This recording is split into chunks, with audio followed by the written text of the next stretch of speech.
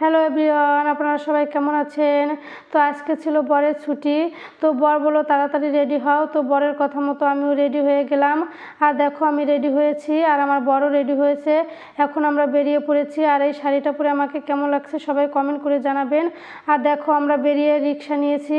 আর সেদিন কিন্তু অনেক সুন্দর রোদ উঠেছিল। তো আমরা আস্তে আস্তে রিক্সায় করে যাইতেছি। আর বর হচ্ছে ঘুরতে অনেক পছন্দ করে, তাই বর অনেক রিকোয়েস্ট করছিল। তো কি করব, বরের কথা আমি রেডি হয়ে তাড়াতাড়ি চলে এসেছি। আর আমরা চলে এসেছি বেদগ্রাম স্ট্যান্ডে। আর আমি আগে কখনো বেদগ্রাম আসিনি, এই যে প্রথম এসেছি। বেদগ্রাম বাজারটা অনেক জমজমাট আছে আর এখানে অনেক দেশি মাছ পাওয়া যায়। তো আপনারা যারা দেশি মাছ কিনতে চান বেদগ্রাম চলে আসবেন। তারপরে আমরা আস্তে আস্তে চলে এসেছি। বেদগ্রাম থেকে আমরা চলে গিয়েছিলাম হচ্ছে কোটালীপাড়া স্ট্যান্ডে। আর সকালে কিন্তু আমরা না খেয়ে তাড়াতাড়ি চলে এসেছি। বর বলেছিল চলো আজকে বাইরেই খাবো। তো আস্তে আস্তে আমরা কোটালীপাড়া স্ট্যান্ডে চলে গিয়েছিলাম। তারপরে আমরা টিকিট কেটেছি। টিকিট কেটে তারপরে আমরা গাড়িতে উঠেছি। গাড়িতে উঠে আমরা কোটালীপাড়া স্ট্যান্ডে নেমেছি। তারপরে বর বলেছে যে আমরা এইখান থেকে নাস্তা করব। তো তারপরে আমরা কোটালীপাড়া চলে গিয়েছিলাম। ওইখানে আমরা দোকান খুঁজে পাইতেছিলাম না।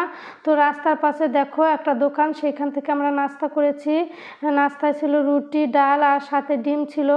নাস্তাটা মোটামুটি ছিল, তেমন ভালো ছিল না। আর এখানে কোন দোকানে ভালো খাবার পাওয়া যায় কোটালীপাড়া যারা আছেন, যারা আমাদের ভিডিও দেখেন সবাই কমেন্ট করে জানাবেন। সবাই ভালো থাকবেন, টাটা।